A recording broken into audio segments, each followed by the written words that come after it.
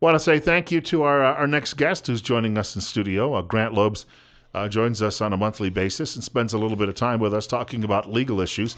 In fact, he's in the studio with us at the moment, 9:07. You're listening to Bill Colley on News Radio 1310 KLIX, newsradio1310.com, and this is Top Story.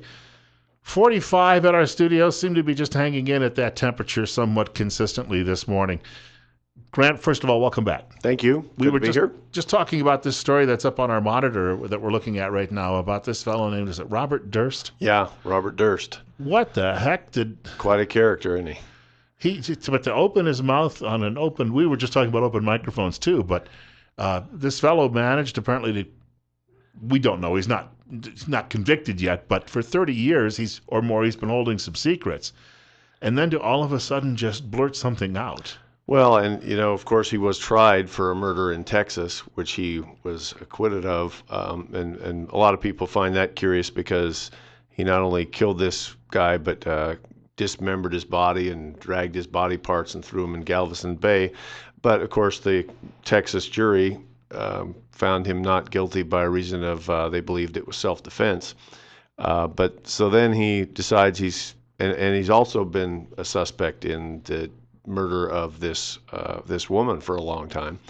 And then he decides he's going to do an HBO series where he's going to talk about the fact that he's been a suspect of murder and that he's been tried for murder. And I guess he decided to talk about it while he was in the men's room, while he was still mic'd up, which doesn't make a lot of sense. It seems to, that's like that scene. He looks like a bit of a crazy guy. I mean, just watching him on TV, but. Yeah, you know what he reminds me of? Because there was the wrestling coach, who was one of the DuPonts. Yeah. Who ended up dying in prison a few years ago.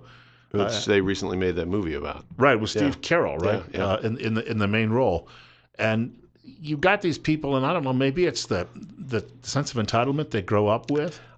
He looks like he's just having fun playing a game to me. It's a pretty high stakes game, but it's really bizarre. I mean, it'll be interesting to see how this develops.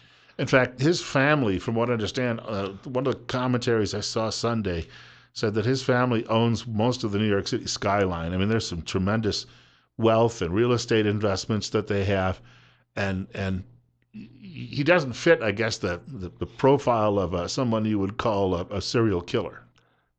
Well, I don't know that there is any way to determine who is and who isn't a serial killer or a killer of any kind. I mean, murder is a very peculiar and unique thing. Powerful people want somebody out of the way as much as sometimes not, just regular citizens.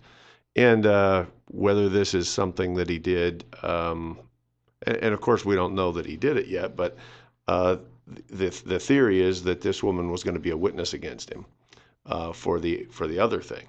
So I don't know. We'll watch and see. But it's hard to look at somebody and peg whether they're capable of a crime like that. I believe we have a caller with us on the program. You're listening to News Radio 1310 KLIX, newsradio1310.com. This is Top Story. Grant Loebs is our guest during this hour of the program. My name is Bill Colley, and the telephone number 736-0300. I believe we have a caller with us. You're on the air with Grant Loebs. Good morning, Grant. I would like to ask you a question. Up to what point does free speech is protected? Like, for example, if I say something and it causes other people to react in a negative way and there's a victim involved in it, is that a crime or not? Well, if you just say something, probably not. I mean, I would need to have more detail about that, about what you said and in what situation. Okay, like, for example, what happened to the editor of The Opinion, that he got his tires slashed. And when there's people yelling and insulting him, doesn't that entice people to react negative towards him and probably commit a crime like slash his tires and stuff like that? Because he wrote something in an editorial? No, because there's somebody always antagonizing him, harassing him, and telling him stuff like that. Is it a crime for the person that entices? Is it just like yelling fire in the theater or not? Well, as you say, it's against the law to yell fire in a theater because you're causing a public panic. But if you just say controversial things and people dislike what you say, then no, you're not guilty of enticing them. If I'm a editorial writer for the Times News and I write an editorial that I know is going to anger a good number of people in my community, that doesn't mean it's okay to come after me with pitchforks and torches. Um, the question is very general, and the answer has to be specific based on what specifically happens. Wasn't there a case, and I know the Southern Poverty Law Center was involved with it some years ago, with some white supremacists, and it ended up bankrupting their organization. Someone had been killed, and the feeling was that they had generated, through their rhetoric, the motivation for the killers in that particular case. Well, generating the motivation and making it legitimate are two different things. I mean, you may generate motivation for somebody to come after you any given day, given what you say, but that doesn't mean it's legitimate for them to do that. Right. That's kind of the basic tenet of free speech. I mean, you get to say pretty much whatever you want in this country, provided that it doesn't, cause other people some harm. And, if you express a controversial opinion, people can't come after you for it. His reference, though, to the, and it's probably, I guess, the most well-known reference in this situation, yelling fire in a crowded movie house, that there are limits when you get to something like that. Sure, because that causes obvious harm. It causes panic, and it's not free speech. I mean, you're not discussing whether you believe that movie houses should have extra fire protection or something. I mean, you're just doing that, purely to incite. And if you say things that incite a riot, for instance, that can be a crime. You had the guy in Ferguson who was yelling for people to burn the town, and there were calls for him to be arrested for inciting a riot. So it's possible that speech that you say that you make that causes direct harm to people can be punishable. But that doesn't mean that if you express a controversial opinion that people have a right to come after you and say, well, you had it coming. There are some people who believe that some of the anger in Ferguson and the calls for burning the city down were amplified by media coverage. And we talked the last time you were here, just as you got off the air. Since the days of the Simpson trial, there's been some concern about media coverage of various criminal cases, and sometimes that maybe the media itself has, unfortunately, whether it's not intended, but unfortunately sort of fed into all of this. And that's got to be a concern if you're in the business you are, that you've always got to be vigilant about what's going on around you like that.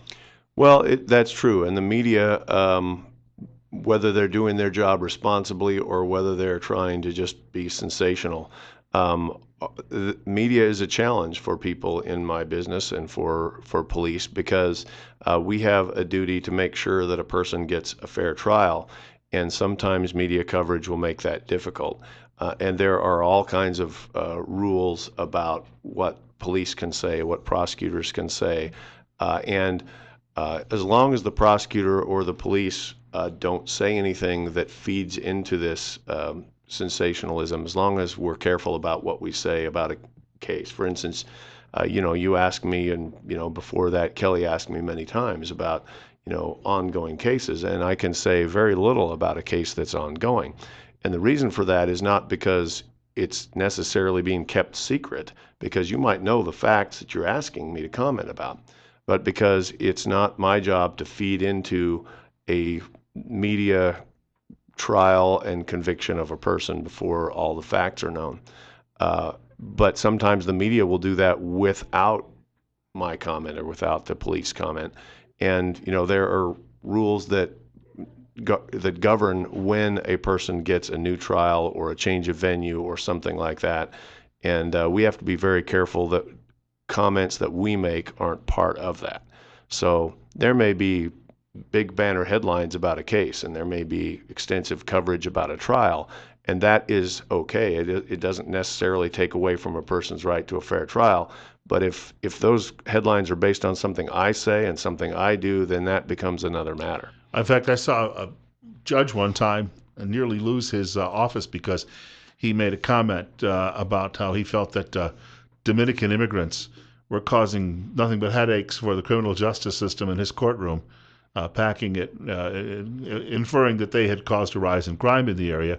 And it was an offhand comment, but media used it because it's like someone dropped a gift in their hands. And unfortunately, a lot of cases ended up going to the Court of Appeals and getting sent back because of that. Right, and that's a different problem because that may indicate a bias on the part of that judge. But if I were to go on a press conference today and talk about how X crime is the worst crime I've ever seen, and this guy's the worst defendant I've ever seen, and what he did was just horrible, and we're going to do everything we can to do as much as possible to put him away forever, that would be a significant problem because the publicity generated by that would be unfair publicity that I caused. If you, however, as an editorialist, were to go on the air and say exactly those same things, it wouldn't necessarily cause a change of venue to be legitimate or a new trial or anything like that because you're just a citizen speaking your opinion. But when I speak, people will assume that I know something that they don't know and that I'm, speaking from a position of authority. And in addition to that, I'm supposed to be, giving this person a fair trial. So you have all kinds of problems when officials say these things that you don't have when a citizen says them because the citizen has the right to express his opinion on those things. We have a break coming up in a minute, but I want to try to get a caller at least to get an opportunity to get a question out. 918, we'll call it 46 at our studios, News Radio 1310 KLIX. And, of course, joining us in studio, Grant Loebs, the prosecutor for Twin Falls County, and you're on the air. Glenn, Bill, hello. I was just going to say that a prime example of is our president giving for law, like saying what the case is before they even know. It isn't just the media, it's the president, too. He's done it several times. The one that sticks out in my mind would be after the Skip Gates case in Boston or Massachusetts. And perhaps I think the president, in retrospect, realized that he might have gone a little too far on that one.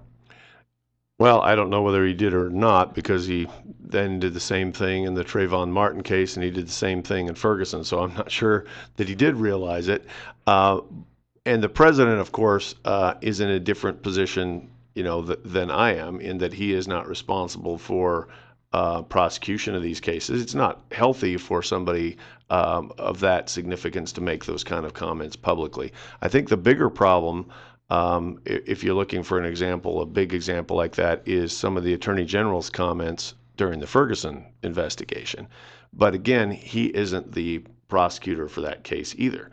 But there are pretty strict rules about what a prosecutor can say about a pending case. We've got more with Grant Loebs coming up. 20 after 9, 46 at our studios. This is Top Story on News Radio 1310 KLIX and newsradio1310.com with Bill Colley. 23 minutes after 9 o'clock. Grant Loebs is our guest in this hour of the program, Twin Falls County Prosecutor. 924. 46 is our temperature. Bill Colley with you on Top Story on News Radio 1310 KLIX and newsradio1310.com. We were just having an off-air discussion about the Simpson trial. It's 2 decades now. Time really flies by. But for a lot of people who'd grown up on Perry Mason, the Simpson trial was a different animal. It maybe was a little slower and showed them it's not quite always as dramatic in court. But I was referencing, I knew a judge in Cattaraugus County, New York. I'd grown up with a lot of his family members. And I was working at the time as a television news director, and a big case came up in his county. And he was adamant he did not want cameras in his courtroom because he said after seeing what had happened a couple of years earlier at the Simpson trial, he thought it would harm justice. And his rationale, I think, was the fact that if you brought cameras in on this particular case, the case long escapes my mind, but that it would influence the outcome, and he didn't want that happening. It can certainly influence the way people behave. I mean, if you know that you're speaking to a room full of people, it's different than if you know that you're speaking to 20 million people who are watching on television. And I think that cameras can make a witness behave differently, certainly can make judges and prosecutors and defense lawyers behave differently.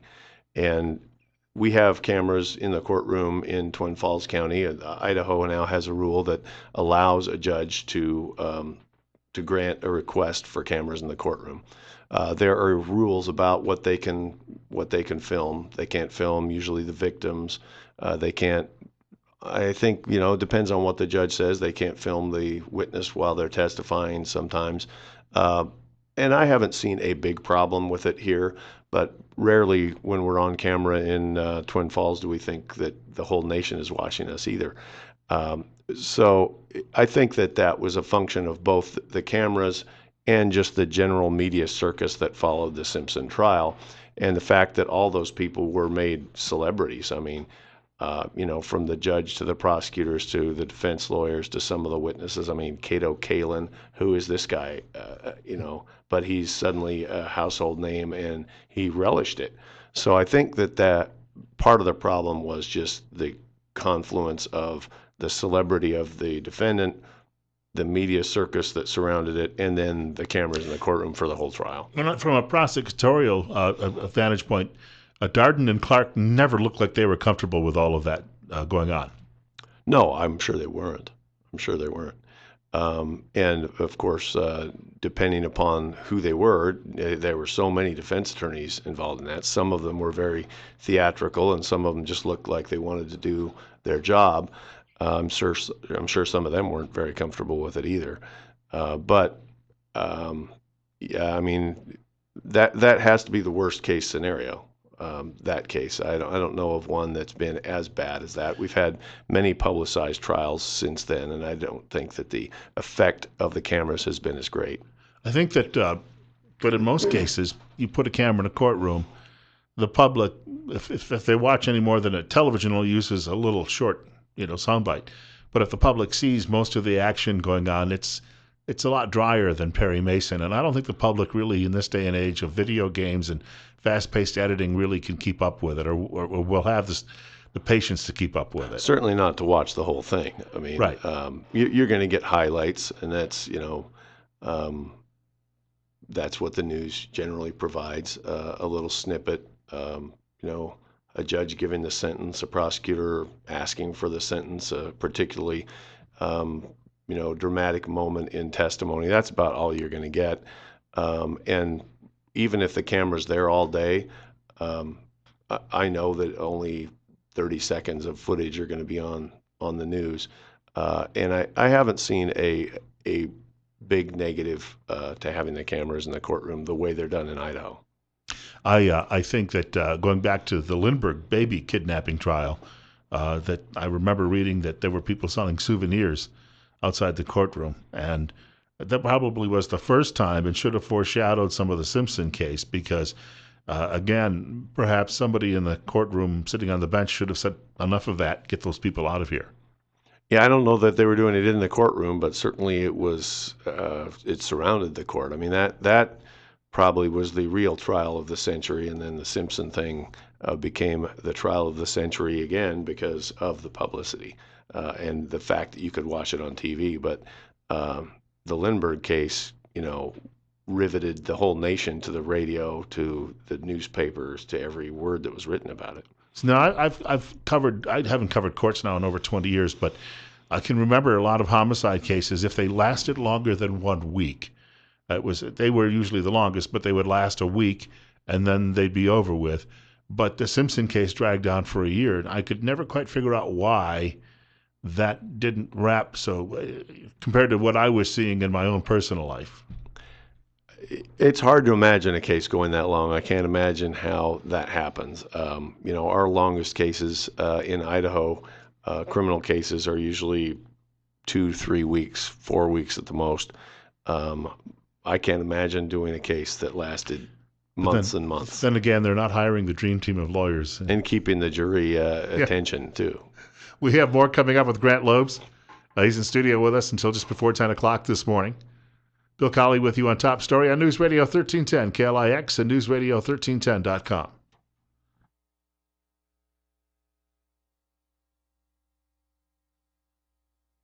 Our guest in the studio joining us this morning, Grant Loebs. I always refer to you as Twin Falls County Prosecutor because it's easier for me, but we've talked about this before. Depending on what part of the country you're in, your job has a different title.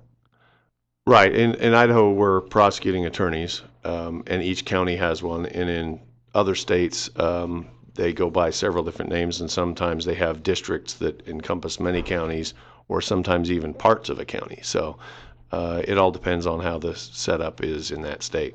If you watched a lot of Law and Order, New York City, because it's so big geographically, is actually several counties merged into one city, which is the opposite of what most people would think. So they have separate. There's always references, in fact, in that show to Brooklyn having a distinct district attorney, Right. and Manhattan having a distinct district attorney, but they're actually county district attorneys. But there's what, 6 or 7 subdivisions in that city. Right. And then I think the other, in a small state such as Delaware, where I was working before I came here, because you only have 3 counties, the Attorney General's office handles all prosecutions. Right. They don't have any individual prosecutors. It's just the Attorney General's office, which means, of course, they have a bigger office than most, but it's all handled centrally by one Attorney General and his deputies. The work, though, I would imagine everywhere is very much the same, and as dramatic as it may have looked with Sam Waterston, there's a lot of late night hard work, and it's just not as glamorous maybe as TV. Yeah, I mean, in order to make my job that glamorous, we would have to take very careful, very specific cuts and link them together, and you'd have to wait a long time to get enough footage to do that. Most of the work is, just like any other desk job. It's day-to-day work. You have to do the things that need to be done to make sure that your case is prepared, and you never see the Law and Order guys preparing their case.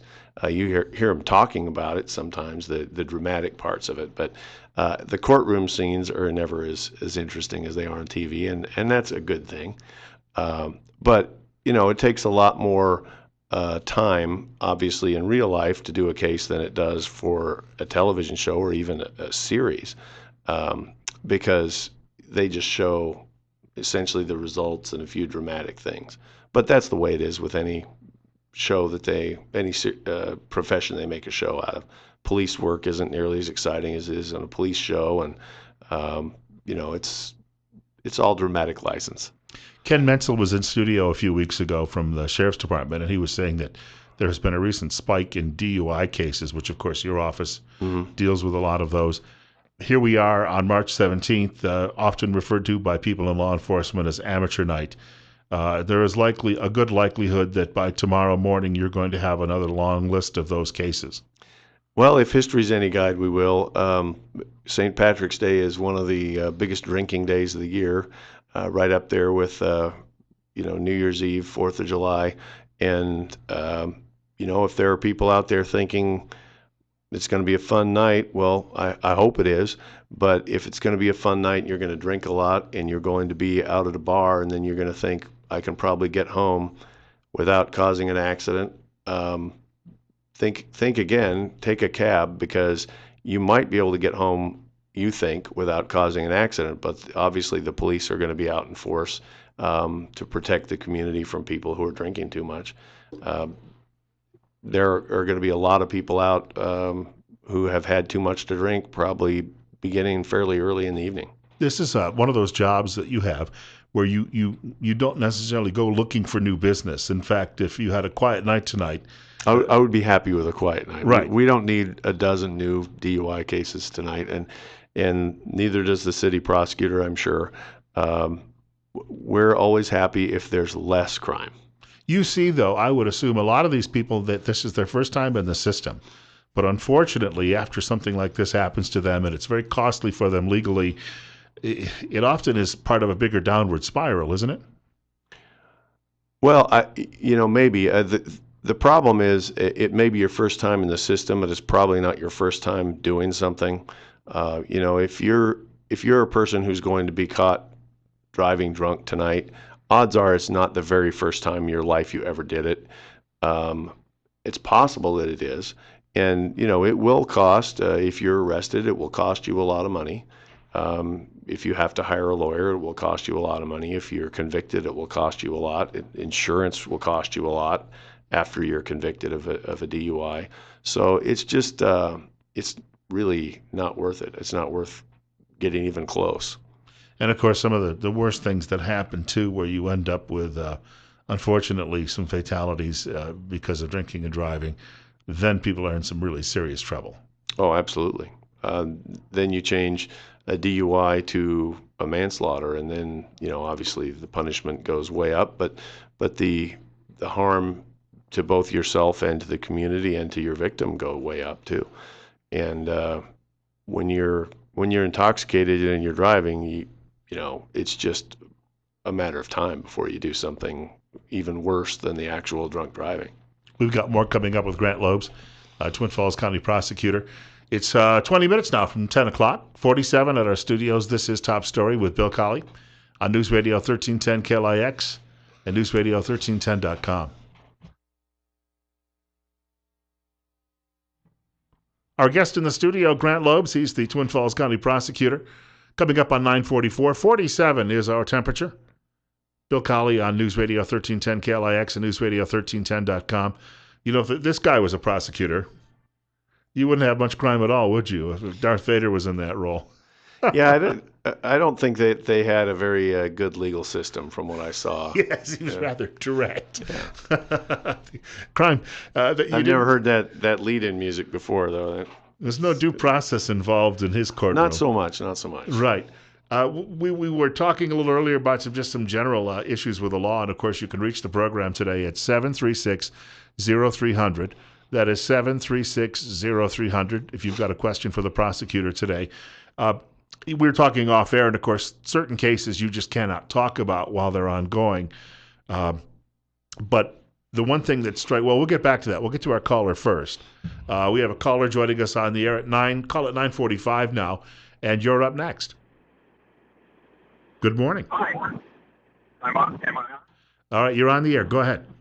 Hey, I've got a question for you guys. How do you deal with the vagaries in the law?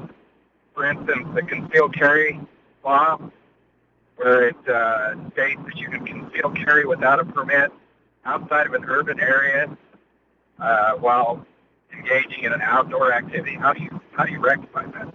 I'm going to hang up.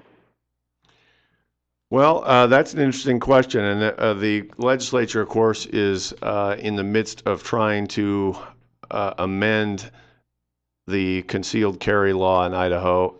The way it's written right now, it says that you can carry a concealed weapon if you're engaged in a lawful outdoor activity.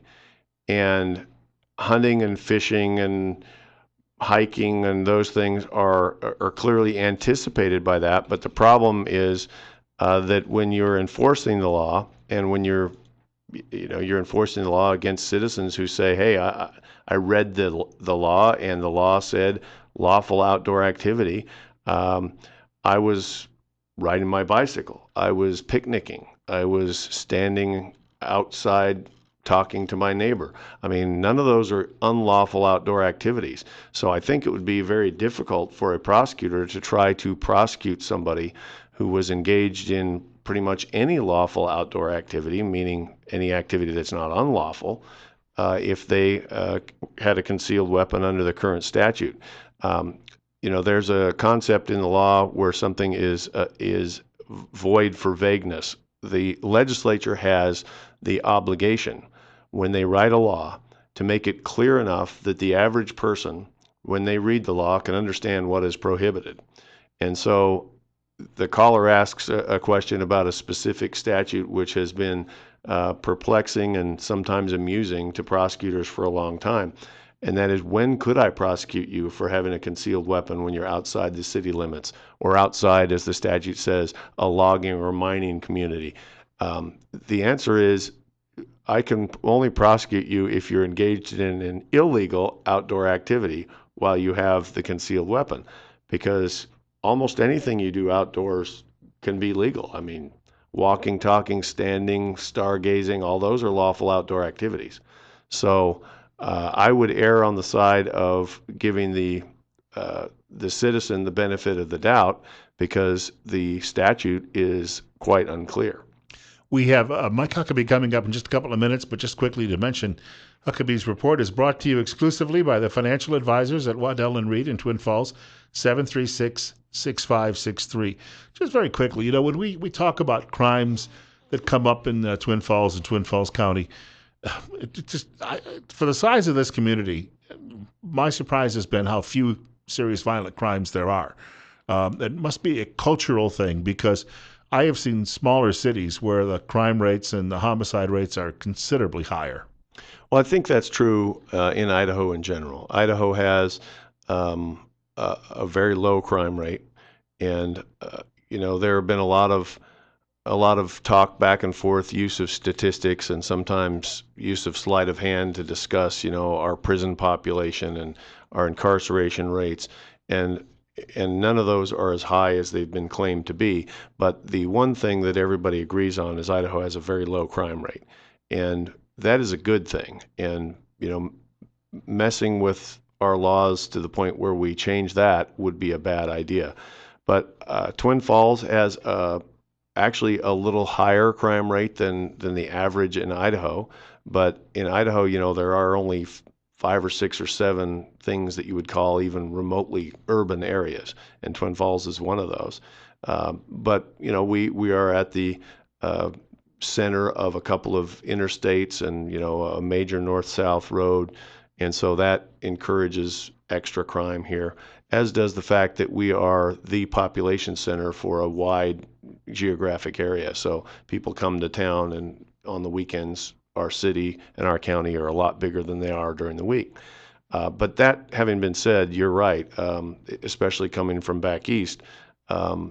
A city the size of Twin Falls in another state, in the eastern state, would have a much larger crime rate than we do now here.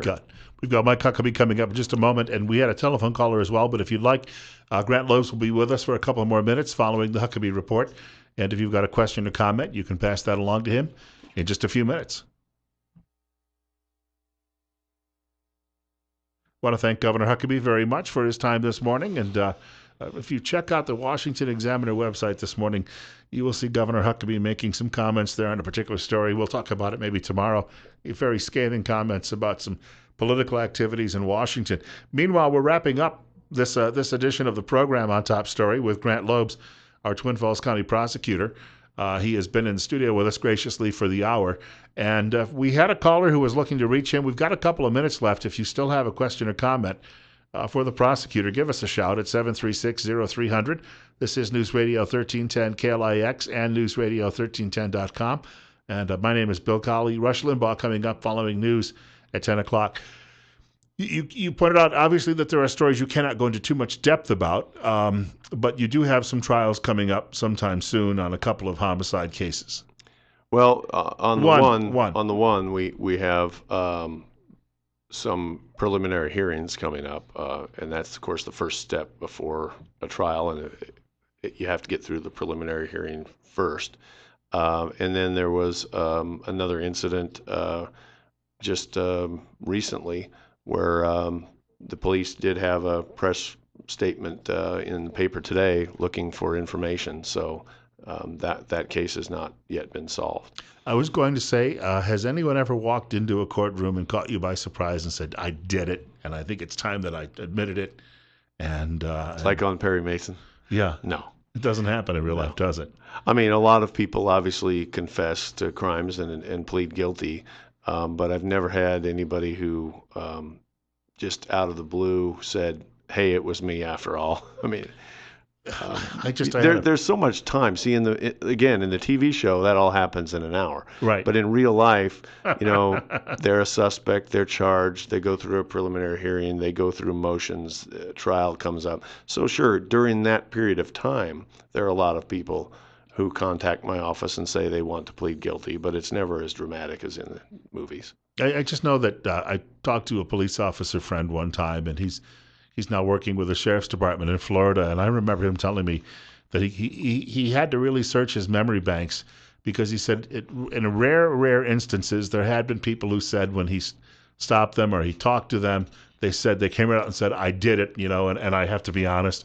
But he said for the most part he was in a job where he felt that the coming into a job like that, you knew people were going to be lying to you a lot. And unfortunately, that's human nature. Yeah. Well, that's true, but a lot of people, of course, do admit what they did initially to police, and sometimes that leads to a fairly quick case and a quick guilty plea where they may get some concessions for the fact that they're willing to plead or they're willing to take responsibility. But oftentimes, we have to fight about whether that was a valid confession and whether it was a willing confession and whether it comes into evidence. I think a guy saying, I killed them all into an open microphone, he probably at this point has pretty much sealed his fate. Well, that's going to be pretty dramatic evidence if it gets in, and it looks to me from the very little I've seen that it's likely to get in. I mean, I don't see any exception that would keep that out. But again, what was he exactly meaning when he said it? We don't know till we watch the trial. It's true. Anyway, thank you. We'll see you in about a month or so. Thank you. Grant Loebs joining us in studio. Twin Falls County Prosecutor, 9:58. Rush Limbaugh following Fox News. This is Top Story on News Radio 1310 KLIX and NewsRadio1310.com. My name is Bill Colley, and God willing, and the creek don't rise, I'm back here tomorrow morning at 8 o'clock.